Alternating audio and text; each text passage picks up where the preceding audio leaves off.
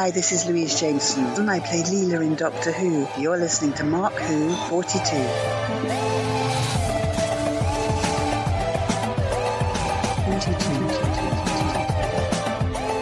Welcome to Mark Who 42. That's right, Mark Who 42, Doctor Who on Krypton Radio. I'm your host, Mark-Baumgarten, and with me, as always, are... Christian-basel, feeling the Deadpool chimichanga rage out there. Wow. That movie exploded out of nowhere. Oh, yeah. Patty-hawkins here, who will never feel the Deadpool chimichanga rage. I know. And this is a double threat year because, we do a Deadpool now and Suicide Squad, during the summer. By autumn, we're going to be up to our necks in Deadpool and Harley cosplayers, whereas before, we were only up to our waists. Yeah, pretty much. Who else do we have? Kayla-ascolillo here. Hi, Kayla. How you doing? Hello. Good. That's good. So this week we have a great show for you. We've got an interview with Leela herself, Louise Jameson. Whoa, and that's going to be great. That's in the second half of the show. But first, we haven't really had a news show since the beginning of February, and we haven't had a news segment. So I think it's time for Doctor Who February News in Review with Kayla-ascolillo. Hi, Kayla, again. Hello. You get your own little spotlight here. Oh, look at me. I'm so special. Yes, you are. In many ways, and not that way. Yeah. Oh, maybe in that way. He's going that way. He's going there. I'm not going anywhere. Uh-huh. I'm sitting in my chair talking to everyone here. Talking something. Anyway, go ahead, Kayla, the news, please. What happened in February? Oh, man, lots of stuff. Stephen Moffat received his Order of the British Empire Award for his services to drama. This award makes him an officer of the Most Excellent Order of the British Empire, so it's pretty fancy. He didn't get knighted, so he's not a sir. Right. But he just received an award for his contributions to drama. So that's pretty exciting. That's pretty big. Not that I wouldn't call him sir if I met him anyway. Yes. Yeah, I think most people just would anyway. Hello, Mr. Moffat, sir. I just want to stare at your hair for a little bit and try to understand it. We've spoken about this in another episode. I've never understood this order. So if the queen gets attacked, he's got to run out there and stop them or write a story to kill off the bad guys or something like that? Yeah, the actors have to act their way through an invasion. Yeah. They have to wait. Okay. You have the real military. You have the real military fighting, and then you have the actors as the cover, so they can film it, and then when it's over, they can release a movie. Sounds legit. All right, Kayla. I know there's been a really popular spec script going around Hollywood for several years now, which was literally about something mystical happens, and so everybody who's knighted in the UK has to come together with swords and fight these trolls and monsters and stuff. And the gag was that they wanted to use real celebrities and knighted, so Sir Paul McCartney, Sir Elton John, and they wanted all these guys to play themselves being thrown in this ridiculous situation. And I guess it just never took off. But I always thought that conceit was hysterical. So Sir Sean Connery has to come out of the Bahamas and rescue the Queen. I'll take swords for 400 Trebek. That's S-words. I want to see this happen now, just because, Sir Patrick Stewart, there'd be some fantastic people in this. This would be a good movie. I think it would be good. And we'd call it To Sir With Love Part 2. Oh. That's an adorable movie, by the way. The original was, wasn't it? Yeah. Hey, Kayla, what's next? Please. All right. Please. All right, so this was more last month's news. Oh, this is January now? Well, we're in March. Well, we're in March. We've kind of gotten an update. So Hulu and Netflix America lost the rights to stream Doctor Who. Boo! But this month, Amazon Prime secured the rights, so they are going to be able to stream seasons 1 through 8. 1 through 8. What about season 9? Apparently, they didn't get that one. Yeah, I don't know. People who didn't have BBC America still can't watch series 9 unless they buy the DVD.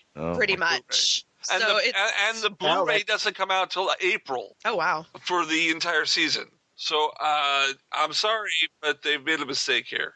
Well, they want that window for it to, so the hardcores will buy it and people on the fence will actually buy it one more time. So that's it. But Canada has a company that's going to stream the 1 through 9 and the classic series. Canada also has free healthcare and a bunch of other neat stuff. That's true. Canada.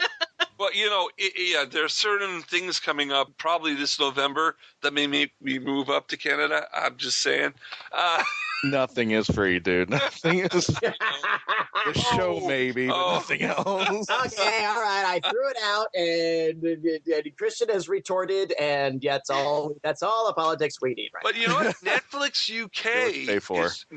UK is dropping Doctor Who as well now, I've heard. Really? Yeah.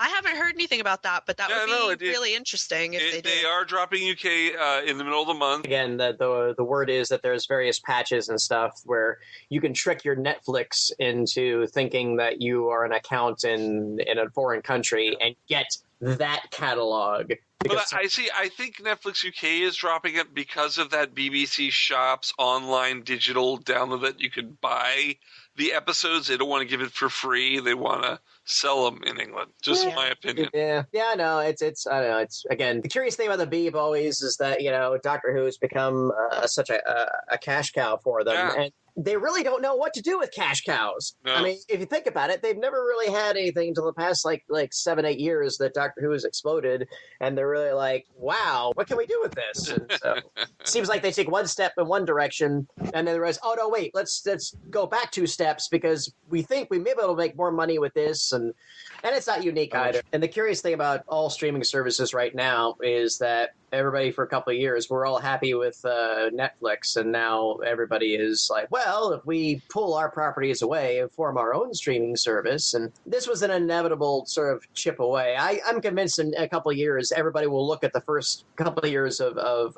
Netflix streaming as a golden age. Yeah. Where it's like, oh, you paid one fee and you got everything. And now it's going to be, the BBC and their own streaming service and CBS with their own streaming service. And, of course, they're hanging Star Trek onto that as the hot dog to force everybody to do it. I know I certainly will have to. And Kayla, I'm sure you will have a vested interest in the new Star Trek show. Nicholas Myers is coming to work on the new Star Trek series. That's news. That's interesting. But here's the funny bit. Nicholas Myers is a great filmmaker, and a lot of people tend to forget he really isn't a Star Trek fan. Right.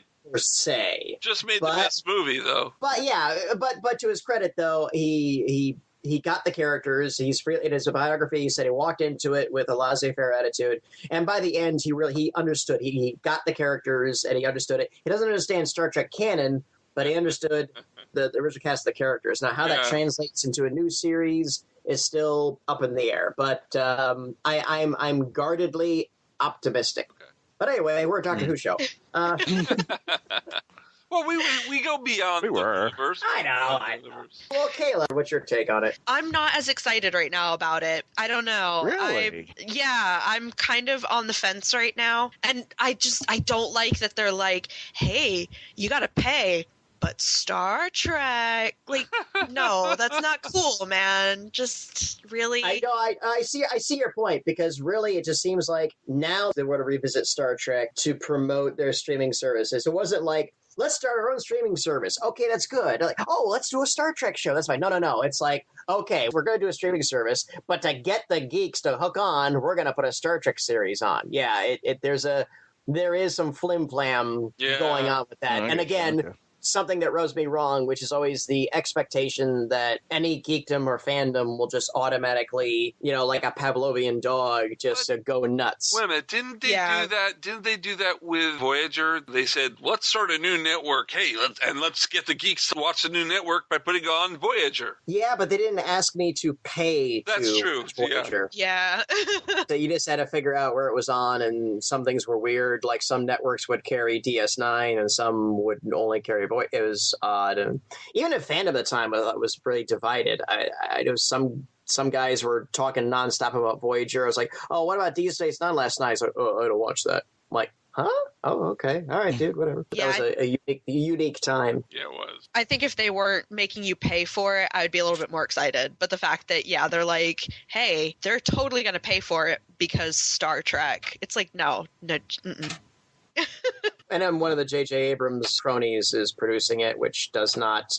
That's it gets a -3 for me. No, hold on. I have to rethink this. J.J. Abrams, I like his TV series. I don't like his movies. He's got a new show on Hulu called 11/23/63, which is a Stephen King novel made into a show about time travel and stopping the assassination of Kennedy.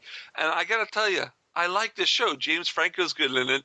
Bad Robot does good TV usually. The movies are what I don't like. I tried I'm a fan of JJ. I absolutely am not. I thought Lost was rubbish. Well, Lost was good at the beginning. I thought Fringe was rubbish. I never got into Alias, and his script for his film script for an aborted Superman movie is absolutely the worst comic book movie script I've ever read in my life. Yeah, but that's movie. I'm saying I think he's got a different mindset when he makes a TV show than when he makes a movie. Well, the fact of the matter is, it's not him; it's his team, and he might just sort of nod, and say, "Yeah, that's a good idea," throw his 2 cents in. Again, as an executive producer, his name's attached to it, but again, an executive producer, their creative input, it could be in it up to their neck, and sometimes it's just like, okay, that sounds cool, just as long as it makes money, I don't care. And sometimes it's the reverse. Sometimes, these guys become executive producers on projects for their friends. They're like, look, I got this idea for a series, but I can't get it off the ground. If you become executive producer and just sign off on it, I can sell it to this network. Oh, yeah, sure. Okay, sounds good. There you go. Boom. Well, tell me if I'm wrong about this. It looks like when he did the movies for the Star Trek movies, he basically copy and pasted a template. In the first movie, in the motion picture, there was a probe trying to destroy Earth. There was a ship that was trying to destroy Earth. In 2, Spock dies. In his version, Kirk dies. In number 3, both Enterprises are blown up. So I'm like, is there nothing original new that you just... It just seems like an alternate... Is the Enterprise blowing up in this third movie coming up? Yes. Yeah. They already showed that. They've already showed that. They've already acknowledged it. The whole premise is that the crew goes to a planet. The planet has, I guess, these aliens or things that destroy the Enterprise, and they all end up on the planet, and they're trying to get out, and that's... This is supposed to be part of their 5-year mission, and they losing... Yeah, well, so much for 5 years. Yeah. It took them 5 minutes to get the Enterprise destroyed. You know what I found out very recently, which I thought was very telling about the reboot, is that they showed a schematic of their version of the Enterprise compared to the other original version of the Enterprise, and their version of the Enterprise is like even bigger than the Galaxy class. And again, it's that mentality of ours is better because it's bigger, which I think is kind of just says the whole, oh, okay, so it's better because it's bigger and nothing else. All right, boys, you just keep plugging along. And if you have a couple lens flares, then it's neater. Oh, yeah. Anyway, Kayla, what else we got? All right, moving on. They just announced that we are going to have the 3rd year of Doctor Who Comics Day on Saturday, July 9th, 2016. They said it's going to be bigger this year, bigger and better. Wow. So we'll see. They haven't really announced like a whole lot, but just that it is going to be better. So hooray for that.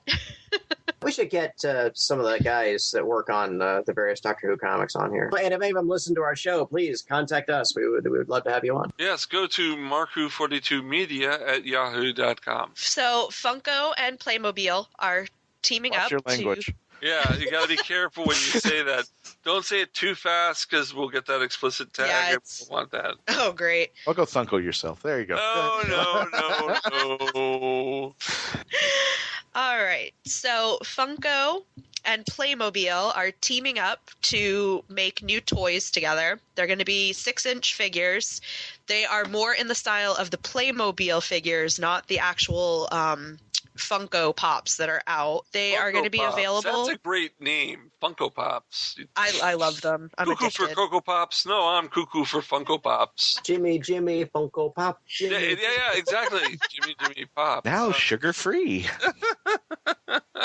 Oh my goodness. So these are not like the Funko Pops. Correct. They are more like the actual Playmobil 6-inch figures. They're going to be available this summer for $14.99. They're going to be doing Sherlock, Willy Wonka and the Chocolate Factory, Ghostbusters, Back to the Future, and Doctor Who. The images that they've released are of the 11th Doctor and the 4th Doctor, and they're super cute. I might actually be getting some of them when they come out. I'm looking at them right now, and they're a lot more detailed than probably people might expect. There's some good detailing on this, and the Willy Wonka one it comes with an Oompa Loompa. That looks pretty good too. That's fantastic. And it's classic Gene Wilder Willy Wonka, folks, not that other one that we now will not speak his name. Thank God. Yeah, it's like proper Willy Wonka. Orange face, green haired. The way that Oompa Loompa should be. Now Oompa Loompa is running for president, but we won't talk about that. Oh my God. Oh, yeah. Yeah, Mark Who 42 gets political. We compare candidates to Oompa Loompas. Yeah. That's not political. That's pop culture. I'll defend that. That would be an awful episode. It's an election year. We got that. The gray line got a little wider. Yes, it did. By the way, I'm looking at this right now, and I think I need the Funko Pop K9 because it looks really amazing. It's so cute. Oh my God. It really is. I mean, and I'm not one for cute things, but it's pretty. And I don't do Funko Pops at all, but I think I might need this K9. Yeah, that one and the Evolving Dalek one are like two of my favorites. I'm just thinking of myself watching the debates, and I see one of the candidates walk out, and I hear, Oompa Loompa, Loompa. If you were wise, you wouldn't vote for me. Oh, goodness. Yeah, Funko, boy, they've made a fortune on these damn pops. And they've done some really good regular figures, too. They did a fantastic Rocketeer figure, a realistic-looking one. I loved it so much, I bought a couple of them because I'm going to make some variants of them eventually. They did the Game of Thrones figures, and they have the rights to everything. So I'm hoping they do regular 6-inch Willy Wonka Gene Wilders. That would be nice. I'm sure they will at some point if they're doing one with Playmobil. Well, supposedly people for years have been trying to do it, but G. Wilder would not sign off on it himself. So really, they did just recently release a Willy Wonka set of the actual Funko Pops, so they do have him in the Funko Pop. Yeah. So I'm hoping that maybe means that the door is open for more different versions of it if they've been able to do that so far. But I guess time will tell. Yeah, we'll see. Like I said, the annual toy fair was just a few weeks ago, and that's what and San Diego Comic-Con are the two times I truly become the huddled in the basement over my computer. It's like just refreshing the screens and connected to Twitter over and over again for all the announcements. So I'm like, oh, it's because especially for toy fair, because that's basically like the nerd equivalent of the NFL draft to me, because that tells me what I need to budget for and how much I need to set aside. And oh boy, this is going to be an expensive year for me. Take my money. Pretty much. I'm slightly geeking out in my own way that I can get myself a Jack Albertson action figure, but that's just me. That's my inside joke there. That's it. That's fine. Then moving on. Can I get a Freddie Prinze, Chico and the Man? Oh, jeez. I mean, if we're going to have Jack Albertson, we might as well have Freddie Prinze. I'm just saying. No, Jack's on his own. That would be pretty awesome. It's like I did a fanfic a little while ago of, was that Man from U.N.C.L.E. Meets Invisible Man meets Man from Atlantis meets Chico and the Man. All right. I got to read that. I only got as far as the title, but someday. Which is? That was the title. It was Man from U.N.C.L.E. versus the Invisible Man versus Man from Atlantis versus Chico and the Man. All right. The fact that you put any thought into this, I approve. So this is awesome. Peter David liked it. He clicked, that's funny. Okay. I love it.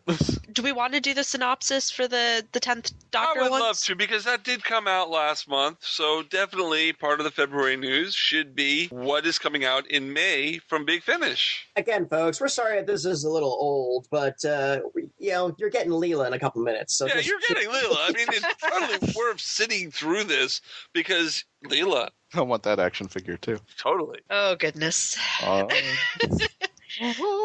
Alrighty. The 3 10th Doctor Big Finish audios that are coming out have had their synopsis released. All 3 are going to be directed by the lovely Nick Briggs. Woohoo! we just had him on. What was that, last time? I think, Yeah, I think it was last episode, wasn't it? Last episode we had Nick on. I can't remember. It's been a long time. He was lovely. He was absolutely lovely. Lovely man. Alrighty, so the first one is going to be called Technophobia. And it says, when the Doctor and Donna visit London's Technology Museum for a glimpse into the future, things don't go to plan. The most brilliant IT brain in the country can't use her computer. More worrying, the exhibits are attacking the visitors, while outside people seem to be losing control of the technology that runs their lives. Is it all down to simple human stupidity or something more sinister going on? Beneath the streets, the cognoscenti are waiting for all of London to fall prey to technophobia. Technophobia. I love the human stupidity part in that. That cracks me up. Now, my question is, because it's the smartest IT person in England, would that mean that Melanie is going to be showing up in this episode? Because, I mean, she's supposed to be the best computer programmer. Or is it Clara that's the best computer programmer? Well, Clara is the greatest at everything, Mark. Everything, right. But Melanie, there's nothing Clara can't do and do beautifully because she is perfect. Well, let's leave her between the heartbeat. Do you think they'll make the Clara Mary Sue action figure? Yeah, they're going to pop, But use as a voodoo doll. Oh, jeez. No. She's gone. We wish her well. Again, it's she, again, wish the character well. And, can't wait for the next companion. That's all I got to say. Yeah. All sincere. All sincere. We should start covering the betting on who the new companion's going to be so that we can give the odds for our listeners in England. We should start doing that. Bet it's a mammal. It's a mammal. Oh, you beat me to it. That's 2-1. 2-1 odds, and it's a mammal. I got a quarter I just found under the couch says it's a mammal. So you can win 50 cents. You're covered. For you. You're covered. We're covered. You're covered. We're covering you into 50 cents. It's a really dusty quarter. I don't know. 50 cents is a little bit too much for me. So Technophobia is the first story. What's the second story? Number 2 is called Time Reaver. And this says, Calibris, the spaceport planet where anything goes, where anyone who doesn't want to be found can be lost, and where everything has its price. Where botanical gangster Gully holds sway at the smuggler's tavern Vagabond's Reach. The alien Vicentians. Yeah, they're trying to make it hard for you here. It's all on you, Kayla. They knew you were going to have to say that. I'm going to have some words with Nick Briggs there. Yeah. Okay. The alien Vicentians are trying to impose some order on the chaos. Soon, the Doctor and Donna discover why. An illegal weapon is loose on the streets. A weapon that destroys lives, slowly and agonizingly. I like the setting of that. I'm always a big fan of the Doctor being in anything frontier or rough and tumble. Because if anything, it's always funny when the Doctor pretends to be rough, pretends to be a badass at times, and then gets called out for it, and then he's really not. But then, of course, it turns out that he really is, as we all know. So it just lends itself to I think there's going to be a lot of humor there, or there's the potential for a lot of humor. Yeah, it'll be interesting too because it is an audio and everything is more left to your imagination as opposed to like seeing this sort of Star Wars cantina on a screen with the Doctor like running around. So it's definitely fun to see it this way instead, where it's kind of left to your mind and what they can do with audio. And the last one is going to be called Death and the Queen. Donna Noble has never been lucky in love. So when one day her prince does come, she's thrilled to have the wedding of all weddings to look forward to, though the Doctor isn't holding his breath for an invitation, and her future mother-in-law is certainly not amused. But on the big day itself, Donna finds her castle under siege from the darkest of forces, marching at the head of a skeleton army. When it looks like even the Doctor can't save the day, what will Queen Donna do to save her people from death itself? Now, if they're hinting at the fact that it's Queen Victoria is the mother-in-law because of the not amused, then Torchwood Torchwood from the 1800s could be involved with this. Oh yeah, I never thought of that. Yeah. Based on that plot, it could just be one of those picks up, and at some point in the third act, the Doctor is trying to tell her, like Donna, this isn't real. This isn't the real world. Just wake up, It almost sounds like they're leading into an artificial environment and an artificial reality, and they have to wake up or break out of it or something to that effect, which is not bad at all, or that, because based on that, if you hold that description to its face value, it sounds like it kind of leans to that direction. But again, those are always fun, Yeah. Take the blue pill, take the red pill. I'm going to take both and see what happens. There you go. You'll just mellow out and then you'll hype up at the same time. Hey. Okay, that is it for the news, but we do have some birthdays. Birthdays! Yeah! Woohoo! For February and the beginning of March. And we have one from January that got left out, Oh. which we don't want to leave Miss Daphne Ashbrook from January 30th. Oh, yeah. We had Daphne on the show. Yeah. All right. And then in February, on the 1st was Elizabeth Sladen. We miss you. We do. We miss her dearly. The 3rd was Warwick Davis. Ah. Hey. The 10th was Peter Purves. The 14th was Simon Pegg. Our On the boy. 16th, we had the 9th Doctor, Christopher Eccleston. Okay. The 23rd was Jerry Davis, who is one of the co-creators of the Cybermen. And he was also a script editor on the show. Yeah. Big, important guy. The 26th was the lovely Chase Masterson. Oh, Chase, happy birthday. Love you. And then March 1st, we had Roger Delgado and John Leeson. Oh, K9 and so- the original master. Some pretty big And- names. You could argue still the best master. The best master, yeah. Definitely. Okay, is that our birthdays? That is our birthdays. So that was our February news in review. And we're going to make sure that we give you news on time coming up the next few episodes. We don't want to play catch up. If you've already heard it, you're like, why are they telling me this now? I don't know. But you know what? Remember, it's not about being timely. It's all about our witty banter and introspection. That's right. And it is a time travel show, so things can happen late or early. It doesn't matter. And you're getting Leela in just a couple minutes. Yes, you're getting Leela. So let's go to a commercial break. When we come back, we will have Louise Jameson for you. Leela! Woo! So we'll be right back here on Krypton Radio here on Marku 42. The voice of Christian-basel, take 1.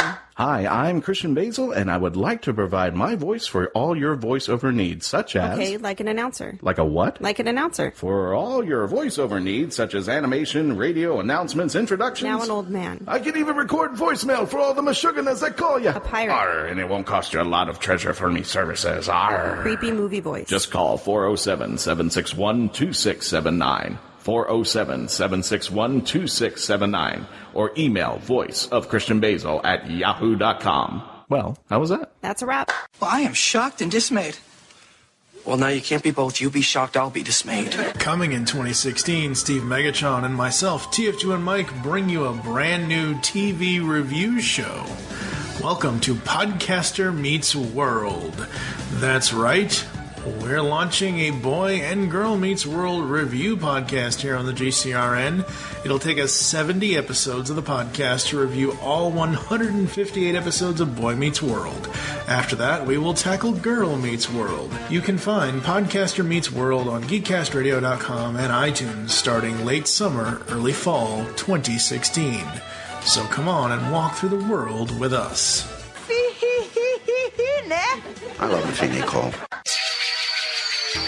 Attention all Whovians! While you're waiting for the new episode of Doctor Who, start your own adventures with a book from Marku 42 Books. They carry unique and rare books at affordable prices.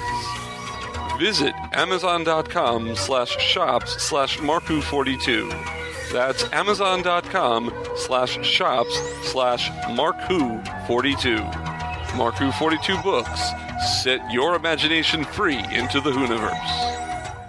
Say, Jarvis, is it that time? The house party protocol, sir? Correct. The Pull Bag is the GCRN's comic book review and discussion-based podcast. Join your hosts, TF2 and Mike, and the rest of the GCRN crew as we make our way through the comic book world. Inside the Pull Bag, you'll also find back-issue classics, Origins episodes, After Darks, and so much more.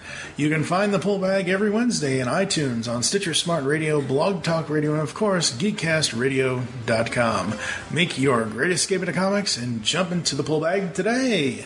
Hi, folks. This is Christian-basel, mark-baumgarten, and if you've been lucky enough to catch us at conventions and wondered how you could hire us to come to your convention or special event, simply go to Heroes on Hand, click the podcast icon, and click the icon for mark-baumgarten. On our page on Heroes on Hand, you can actually click the button that says click here to book mark-baumgarten for your next event, and that's all you have to do. Once again, if you want to hire us for your next event, simply go to heroesonhand.com, click on podcast, click on our icon, and click the green button to book us for your next event. You're going to love us. We'll see you there. This is Ian McNeice, and you're listening to Mark Who 42.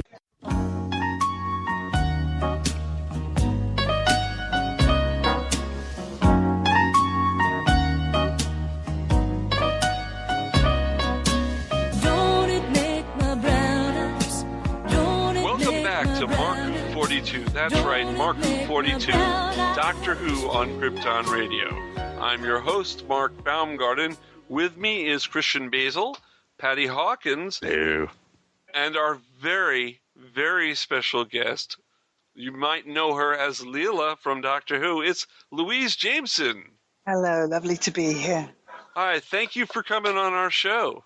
Pleasure, treasure. We've been trying on and off for a year, so it's great we finally made it. Yeah.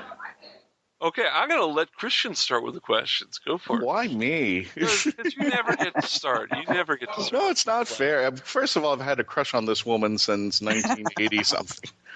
And in some cases, the crush I don't want to even talk about at that point. How old are you, Christian? I'm old enough to be watching Louise Jameson. I was going to say, you don't sound old enough. Well, I appreciate it. I don't know what you look like. So. What's that? Oh, let's keep it at that. We have faces for radio. That's why. That's why we're on the radio. Louise, I'm sure you've answered this question a million times over, but for our friends and fans maybe who are not familiar with your work and who you are, how did you land the gig with Doctor Who? I'd been acting for about 5 years. I'd come out of RADA and I'd done loads of classical work at 2 years at the Royal Shakespeare Company, and really quite good, substantial, proper, grounded work. But my agent said it was time I got a TV series, so I literally took time away from theatre and held on until I got one. And there was about 4 or 5 series that came up. One of them you may know of is The Avengers. I got down to the last 10 for Purdy. But, who wants Joanna Lumley's career? Ha! So, and Doctor Who was, one of those series, and the rest is history. Darling, wonderful, amazing Pennant Roberts, sadly no longer with us, was the director that cast me, and then 6 years later cast me also in another series called Tenko, which turned out to be my favourite job of all time. Sorry, Doctor Who fans. Leela's way up there, but Tenko really was the favourite job ever. I've heard a lot about Tenko. It's supposed to be a really good show. Yes, it's quite grueling. It's not an easy watch. It's about a women's prisoner of war camp. But I have to say, I've never laughed so much on a job in my life. I actually watched several episodes of it with my family when PBS put it in rotation in South Florida. It wasn't really too long after it was on. I think it was almost concurrent. I want to say it was in the early 80s, and that was when the show was actually still being produced, wasn't it? Yes, at 81 we started filming. So okay, so it was not the usual up to 8-year gap between over here and over there. Now, correct me if I'm wrong. I think one of the reasons why you departed with Leela is just because she wasn't developing as much, but Big Finish picked her back up and ran with her some far more with Big Finish than I ever did with the BBC. Yeah, exactly. Yeah, we've really. I never felt she was quite finished. There was still life in her, and there's no secret that Tom and I didn't get on back in the day, and that really is history now. We get on so well now, and mainly thanks to Big Finish and the convention circuit. He's an absolute darling and has apologised very humbly and very publicly about his treatment of me back in the day. So that was another reason why I left. Just wasn't happy. But is this the direction that you would want Leela to take from the storyline that the Big Finish had taken, or is there something else that you would have done with her there? That they've taken her into so many different areas. There's the solo stories, the Companion Chronicles. There's Gallifrey, where I love Gallifrey. Bomb around the He's saving the universe with Lalla Ward. We laugh a lot. There's the stories with Tom. There's the Jago and Lightfoot spin-off. Oh, yeah, the 2 series of Jago and Lightfoot were excellent. So it's a very, and I'm allowed to talk about it now, I just recorded one with Sir John Hurt. Oh, you were the War Doctor. Yeah, as Leela. So that was all very exciting. So I feel and it is a brilliant script by Andrew Smith, who was the youngest ever writer on Doctor Who. Full circle hero. Yeah, and it was a real privilege to do, for all sorts of reasons. So, yeah, it was, I can't really fault it because it's like any which way direction she can go in, she has gone in. I've even written one. Yes, you have. I actually listened to that episode. The Abandoned. Yeah. You wrote that with Nigel Fairs, didn't you? I did. Yeah. I did. My gay best friend. And Nigel actually appears in it. Everybody should have a gay best friend. Of course. Yeah. Absolutely. At least 50. Minimum, I think 50 is the number there. Okay. I'm still wrapping my head around Leela and the War Doctor in the middle of the Time War. I gotta hear that. I want to hear that. What's wonderful about Andrew's writing is that he always has a cracking idea for an adventure, but he has such a heartfelt, passionate connection, fanboy connection with all the characters, and really, especially for Leela, she gets a very, very emotional journey. There's one particular scene where I pushed it to the hilt when we were in the recording booth, and then there was this silence, and I thought, oh, I went over the top. They didn't like it. That was awful. Actors' insecurity kicking in. And then I looked up through the glass booth, and Nick Briggs, who was directing it, had a hanky pressed to his eyes. And he just couldn't speak. He was so caught up in it, which is, the best compliment I could have had, really. Andrew couldn't talk. David Richardson was there weeping. It was lovely. Isn't it funny to make people cry? Isn't that weird? Out of all the Big Finish stories that they've written, what is your favorite? Besides the one you've written, of course, but what's the one that you love the most? The one I love the most is Wrath of Iceni, which was written by John Dorney. Again, he's a writer that's so connected to the script, and so the characters, he knows them inside out. He's got this amazing brain. He's just phenomenal to work with, and it's all about Boadicea, so lots of jobs for women. Hurrah. Now, if you came back to the series, if somehow or another Stephen Moffat said, "I need you back one more time as Leela," would you do it, or do you think that would be in a nanosecond? I wouldn't even draw a breath.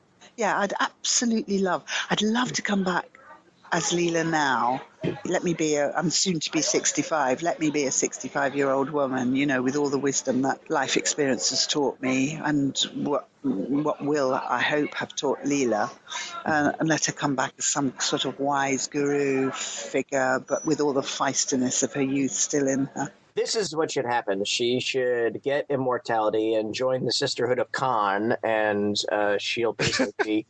Yeah, and this will write it. Yeah, that'll preserve her character, since the Time Lord Society is kind of questionable right now. Yeah. Yeah. Oh wait a minute, you're a writer. You could write this. She needs to come back. So, Louise, after you left Doctor Who, you did a program called The Omega Factor, and I remember watching it on PBS all the way back. A long time ago. You played Dr. Ann Reynolds, and now Big Finish has actually brought the Omega Factor back, haven't they? Yeah, in fact, I'm writing one episode of this next series. Oh, good. Yes. Anne's very much in my head at the moment, and she is allowed to be in her. I think we've made her kind of mid to late 50s, but, is allowed to be much, much older. Right. Can you let our fans know a little about the Omega Factor? Tell them a little about what the story is? Well, we say it's like the X-Files without the budget, basically. Yes, okay. 3 scientists. The TV series was 3 scientists investigating the paranormal.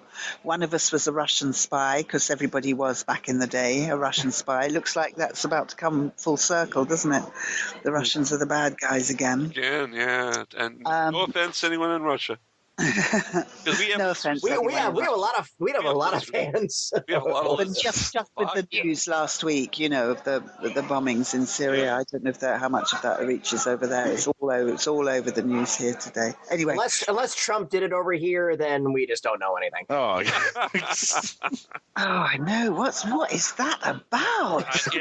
Am I allowed to say things like this on the radio? Yeah, you can say whatever you want. Yeah, exactly. You are not an American citizen, so you can have any opinion you want. Well, what's the opinion of? I can't believe how prominent he is and how people take him seriously. He's money in the bank for our media, so they're going to put him up on everything. Right, a bit like Farage over here with the UK. I don't know if you know, we have a very racist party, and it's run by someone called Mr. We insist on calling themselves Mr. Farage, but we think it's Farage.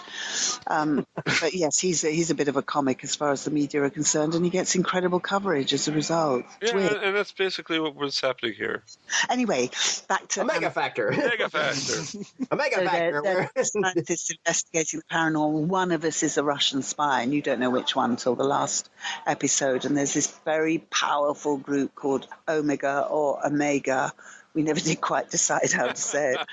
We're going for a second series due to public demand, which is all very flattering and lovely. And in fact, we were up for a BBC award. We got down to the last 3 out of I don't know how many entries. We didn't win it, but hey, we got down to the last 3, and we can say nominated by the BBC, which is great. Yes, I wanted to give Anne a bit of love interest because, as we know, lovely Jimmy Hazeldine is no longer with us. So we've got John Dorney, in fact, working as his son, who's kind of taken Tom's place, as it were. But I thought it was about time. Anne had a bit of love interest, so that's going to be the B story in mine. Plus the fact it's nice to have someone to flirt with in a studio. So. Do you really need a storyline for that? Just sort of happens.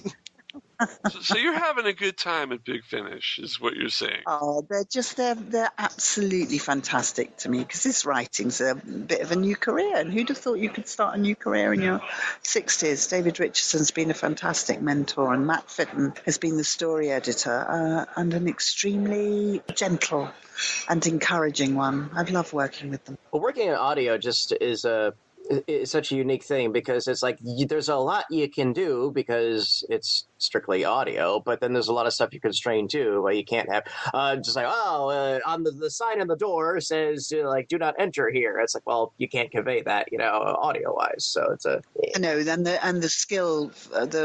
skill set for the writer is to not describe everything gratuitously. You have to find a reason to describe it. Exactly. It's kind of odd, because now that audio drama is kind of making a comeback now.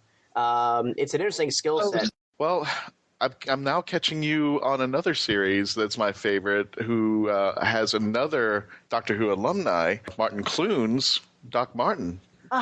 And you're Louise's mother, and I was just like, whoa, she's on there. How did you get that gig? And I know you're working in that one particular location, and everybody says they're more of a family like because they're kind of stuck on that location. So tell us a little bit about It was very, very like doing Bergerac. It's because it's way down on our southwest peninsula, Cornwall, and it's on the north coast of Cornwall, and it's a picturesque, beautiful little village.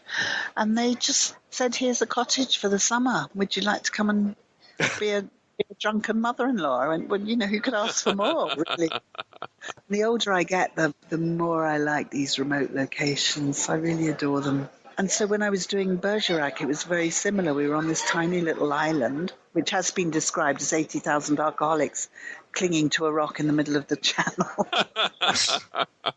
So, lots of boozing, lots of socializing, lots of everybody knowing everybody else. Very beautiful location, breathtaking cliff tops and sunsets and just gorgeous. Martin's really got it sussed. He's married the producer, right? So, if he needs time off, who does he have to go to? The producer.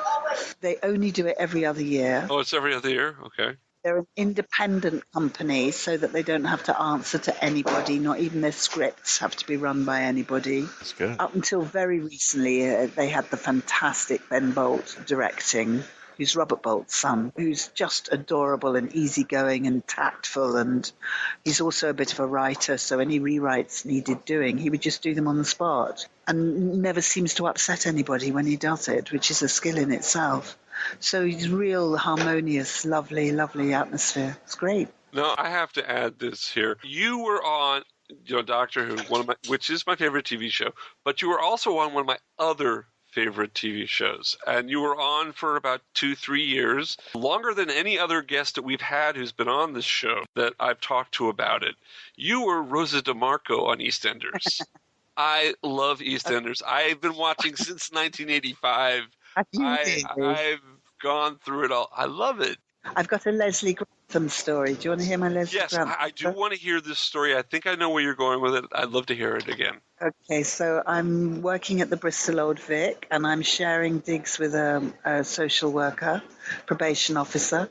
Her name is Aileen Beskerby, and she has this prisoner who's done 11 years of his life sentence. He's just about to come out for rehab. Would I please write to him because she thinks he wants to be an actor? And so we wrote actually for about 18 months, and then eventually I visited him, and he just said that he wanted to go to drama college. So he was allowed out for the weekends during the last 6 months of his sentence, and turned out to be Leslie Grantham. I got his audition speeches up to scratch, and he got into Webber Douglas Academy, and the rest is history. He did the rest himself. Dirty Dan. Yeah, Dirty Dan. So there he is, very famous actor now. And then I went back into the EastEnders after he'd left. It was a bit of a sort of ironic switch, but yeah. So if it wasn't for you, EastEnders might not be around anymore. We wouldn't have lasted this long. Dirty Dan was the character back then. He really was, and he was wonderful in it, I thought. And, he'd had such a life experience up to that point. He really did. And he brought it all to bear, I think. Now, were you upset when they decided to get rid of the DeMarcos and bring in the Slaters, which all of a sudden... I wasn't upset about leaving. A new producer comes in, then so be it. That's what happens. New producer comes in, and he comes in with a broom. But I was incredibly upset about the way they handled it. They told me the night before it was in the paper. Oh, really? They told the papers first. And it's just bad manners. It's just wrong. The wrong way to do it. And 3 months previously, they had asked if I would be prepared to stay on for 5 years and take over the Vic. Oh. So within 12 weeks, my fortunes were turned upside down. And it was then that I started writing, because I thought, never again am I going to be at the mercy of somebody's whim like that. It was very, very badly handled. And always before, when I've done 9 series for the BBC. And we've always gone, okay, whoever choice it was to leave or to be kicked out, it was always handled, the publicity department would go, what are you going to do next? Can we give you some publicity? They always made it look like it was your choice so that you could hold your head up high. Right. This whole thing about DeMarco family axed. It's like, why? What did I do to deserve that, really? So that's my EastEnders memory. Yeah. Sorry to bring that up. That's all right. It's all right. And it's actually, I quite like venting. Well, thank you, Mark, for bringing the show to a grinding halt. No, I didn't. I did, but I'm going to bring it back up by mentioning that you were in the Five-ish Doctors reboot that Peter Jameson put together. Yes. Very, very. Yeah, brought it back up there. But wasn't that funny? Wasn't it brilliantly done? It was hysterical. I loved it. And I think a lot of credit needs to go to Peter's daughter, who produced the whole thing and hauled it all together and got everyone's availability. And, that's a lot of actors to get in one place to make all that filming work, for no money. But it was hilarious. I think it was the funniest thing about the whole anniversary, to be honest. Yeah, we would agree. I think it was basically what all the classic Who fans were thinking. It's like, but what about the Who actors from my era? Yeah, and the wonderful ability for those three to send themselves up. That was very giving. Has a series called The Real Marigold Hotel. Is that? Oh it? Yeah, It hasn't hit American TV. I know that in England, I think it just came out. Yes. In fact, I think there's one more episode. I'm not sure. Yeah. No, there isn't. I'm told no, there isn't. It's finished. But the last time I saw Sylve was just before he was about to do it, and he was like a 3-year-old. He was leaping about with delight and excitement. So I've got it all recorded, waiting. Yeah, we plan to watch it. One of our previous guests told us about it, and I definitely want to see it. Have you seen the movies? Have you seen the movies? The Best Marigold Hotel 1 and 2. Yeah. Adorable, excellent movie. Adorable work. Why aren't I in it? That's what I want. Yeah, that's a good question. I just got to ask this. Looking at your dossier, you've done a turn as Miss Marple. What was that like? Oh, that was lovely. That was on stage. Yeah. That was lovely. I'm doing Agatha Christie at the minute. I'm touring in the Mousetrap. I actually find her quite difficult for an actor because she's so incredibly good at the plot and the laying down of clues, and all that is impeccable, but she isn't so good at fleshing out the characters, which is why I always prefer to watch rather than read her work, because I think the actors there really can add a lot. Yeah, there's some writers, for their forte, almost takes a little bit too much in their narrative. I had the same issue with Tom Clancy's novels. I found them almost unreadable because it's so fixated on the technical stuff, and the characters were incredibly lacking. That's why the film adaptations tend to shine so much, because the actors really tend to run and provide the character where there is none. Yes, yeah. And they did a wonderful adaptation of And Then There Were None over Christmas. I don't know if that's reached America yet. I have a question for you. Go on then. Okay. Well, let me start with an anecdote that'll reach the question. When I was about 20 years ago, I saw a farce at the Coconut Grove Playhouse called Run for Your Wife. And I'm looking at the history of your dossier and stuff, and I find out that in 2012, there was a movie, Run for Your Wife, that you had a cameo in. And I'm like, when did they make this into a movie? I didn't see this. I love that show. And from what I understand, all the people who were doing cameos, instead of getting paid, you donated to charity? Nobody got paid. Ray Cooney, who is the world's leading farcer, I think. He writes farce like nobody else. Yeah.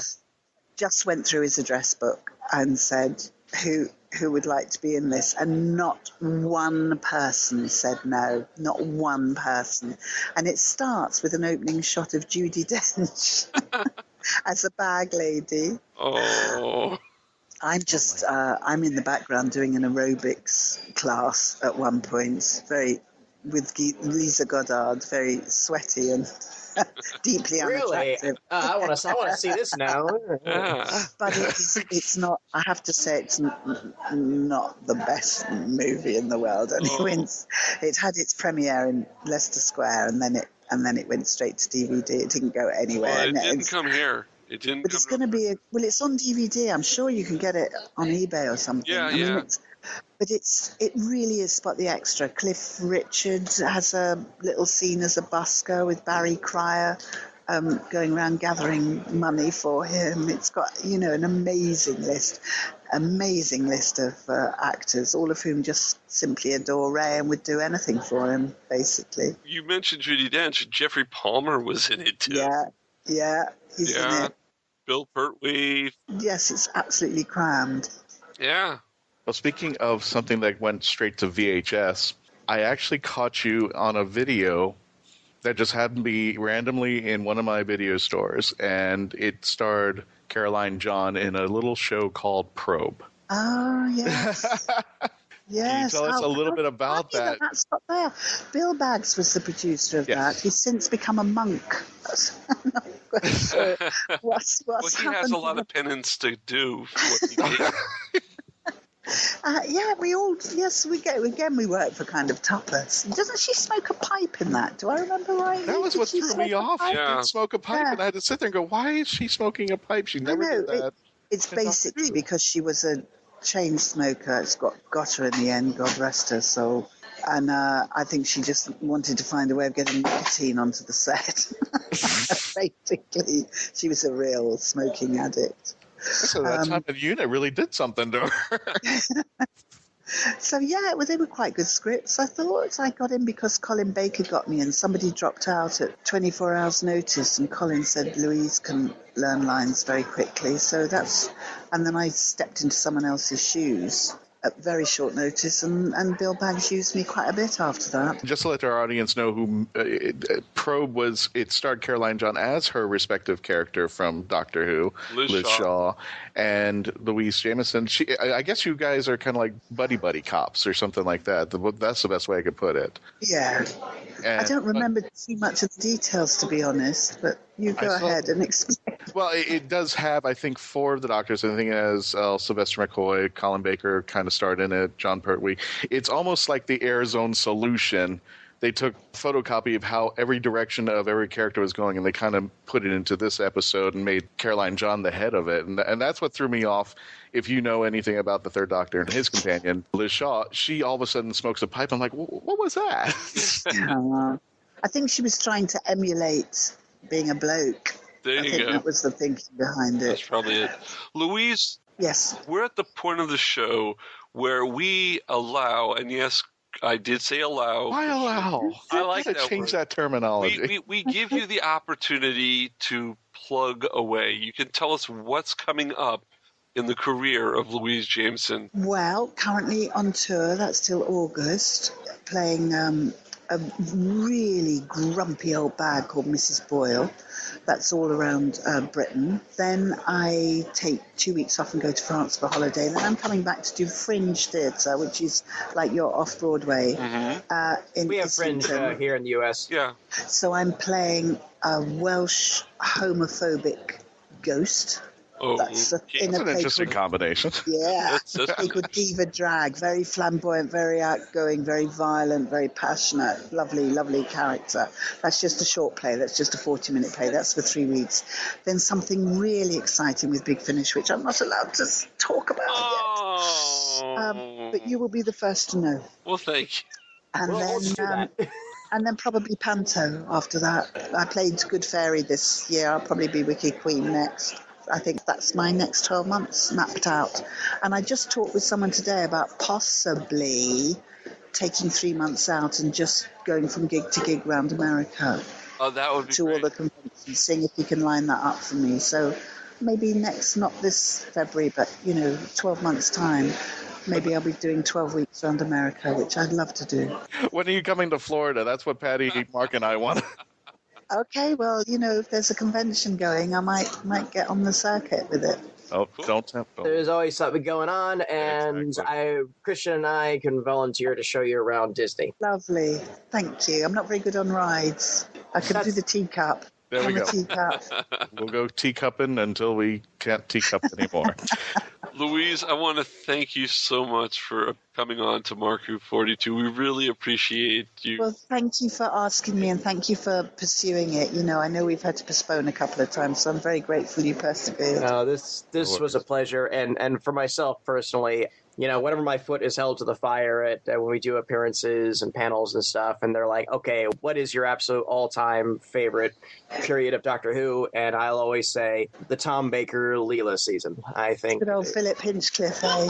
Yeah, I just think and I always say the Talons of Wang Chiang is probably one of my all-time favorite. Oh, wonderful! Thank you. Still waiting for the Underground Toys to put out a Leela figure in the Talons of Wang Chiang costume. Oh, right. I should put that to them at my funeral. At my funeral, whoever does the eulogy is going to say, of course, she's worth a lot more in the box. Oh, my God. That's a good note to end on, isn't it? You heard it here first. That was a great interview, guys. Well, thank you very much. I think Louise had something to do with that. An absolute delight. Again, there's always trepidation going into this. Like, oh wow, I hope they're nice. But I mean, when they're just absolutely everything you'd ever hope that for them to be. It's just oh. And now we're friends on Twitter. And just, Hey, you know what? I hope you're listening to this the first week it's out. This weekend, Mark Who 42 is going to Conjure. Isn't that right, Christian? Yes, sir, we are. We are going to be forming 2 panels. One will be a Whovian's confession, come to the papal mainframe and meet amongst other Whovians who will confess their sins about why they love Doctor Who, what started their love, and get to know people, to mingle with people you may not have met before. So out by Conjure, that's going to be on Saturday at noon, and at 2 o'clock, we are having the Mark Who 42 match game. All right. Yes, by popular demand, it's coming to Conjure. Win prizes and bragging rights, but the only way to win this game is you have to match the Whovians, and it is hosted by our very own Patty-Hawkins. So you definitely want to come over there. No, thank you. And I will be hosting several other events there. I will be hosting the cosplay contest. I'll be co-hosting with Master Shake himself, Dana Snyder. Wow! Yes. Yeah. So I'm really psyched. I've known Dana for a couple of years now through the convention circuit, and we become semi pals. And I'm really excited for that. And also Saturday night at 8 o'clock, I'll be performing with the Geeks of Comedy. Yes. Doing a short 1 hour set, and but we're gonna come in lean and mean and hard. And and again, Conjure is a really fun, mellow show. It really is, and I'm really psyched that we're all going to be a part of this again, because they're really trying to have a sort of a different attitude, which is not so much bombastic and crazy. It's really more intimate. It's really a lot of fun. It's a good, chill convention. Yeah. And I'm debuting a brand new cosplay that I'm so excited for at the 80s character photo shoot, which absolutely nobody is probably going to recognize except maybe 2 people. But hey, all that matters is that I know what I am. Do we get any hints? Probably not. Probably not. And of course, we'll be there Sunday as well. Sunday at noon, we're having our Big Finish panel where we talk to all of you about why Big Finish was necessary and what makes them so good. And speaking of which, Mark Who 42 Books is now a partner with Big Finish, and we are bringing out the latest and greatest in Big Finish audios. So big time, take my money. You definitely want to come to our Mark Who 42 booth first thing if you want to have a great selection to stock up on your Big Finish audio collections. Yeah. Mark, you want to reveal some of that, or do you want to leave that as a surprise? No. We've got some of the current Big Finish audios. The Colin Baker trilogy that was just on. We've got the 5th Doctor set, which has Adric, the guy who I don't like a lot. We have You're going to sell it. I'm going to sell it. We return to Doctor Who and the TARDIS team with the 5th Doctor, Nyssa and Tegan. We also have a lot of other fun things. We'll even have the Prisoner CD that you can pick up. Ooh. Yeah, it's going to be good. Yeah, so come to Mark Who 42 Books at Conjure and come to our panels at Conjure as well. Where is this located, Christian? This is at the Wyndham on International Drive. If you're familiar with the area or not, it's actually kind of right at the intersection of Sand Lake Road and I Drive. So it's near the Eye. They're close, yeah. They're relatively close. Kind of. The Eye is on Universal Boulevard, which is kind of behind it. If you can see the Eye, you're really darn close to the hotel. We can put it that way. Yeah. Christian, I can see the Eye from my house, and I'm 20 miles away. Oh, okay. Yeah, I was going to say. I mean, if it's close to you, well, it's close to you. If it's proximity. It's called Google, folks. You do one of those GPS things on your phone. Type in Wyndham Resorts International at International Drive in Orlando, and you'll get there. Yeah, and type in Clint Eastwood 1980s films, and that'll give you the only hint I'm giving for my cosplay on Saturday. Oh, hey, you know what? And I have to add this about Conjure. Free parking. Yeah, yes. That's a big deal. Actually, yeah.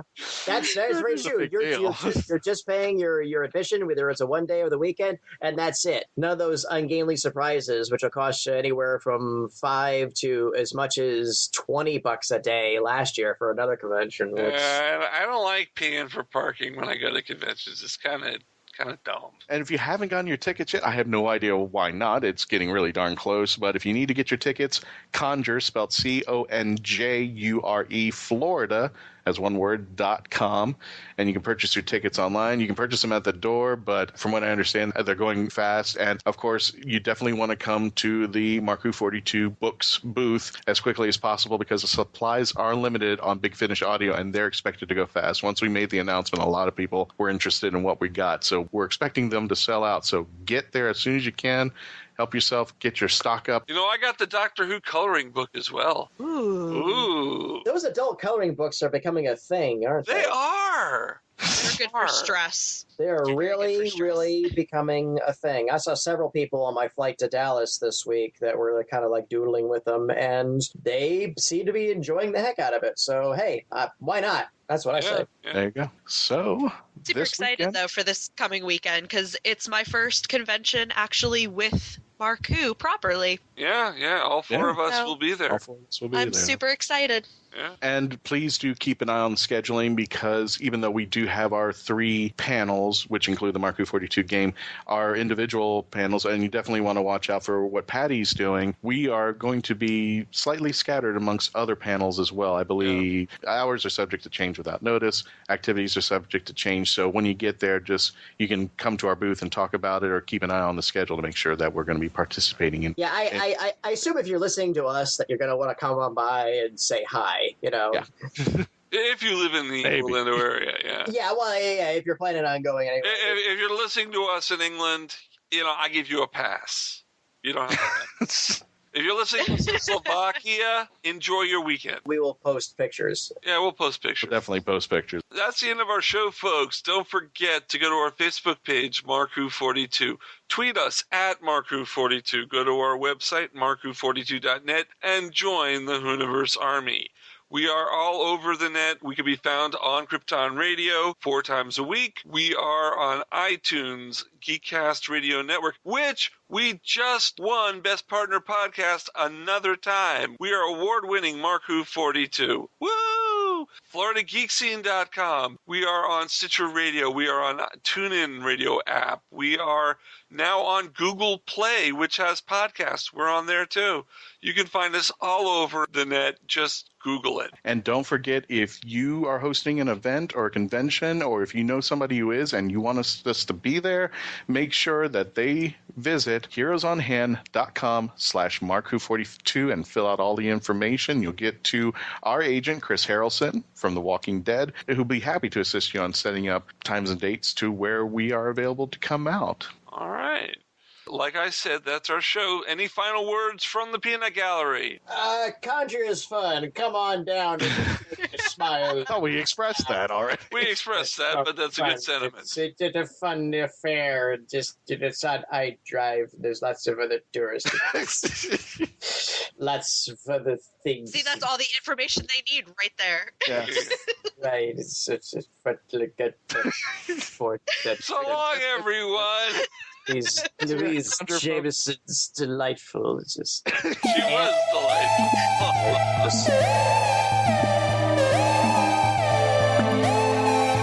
Mark Who 42 was written and presented by Mark Baumgarten, Kayla-ascolillo, Patty-Hawkins, and Christian-basel. This episode was edited, directed, and produced by Mark Baumgarten. Visit markwho42.net, where you can register and become part of the WHOniverse Army. We can be contacted by email at mark@markwho42, subject line, ?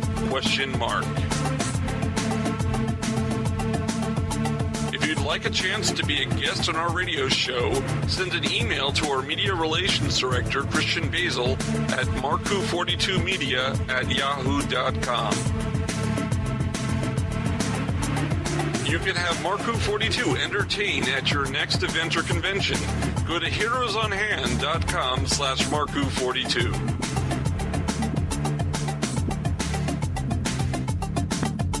Doctor Who and its properties are owned by the BBC, the British Broadcasting Corporation.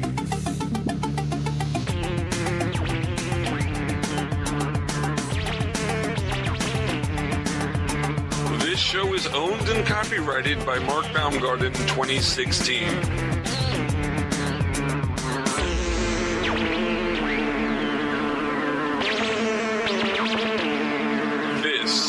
on radio.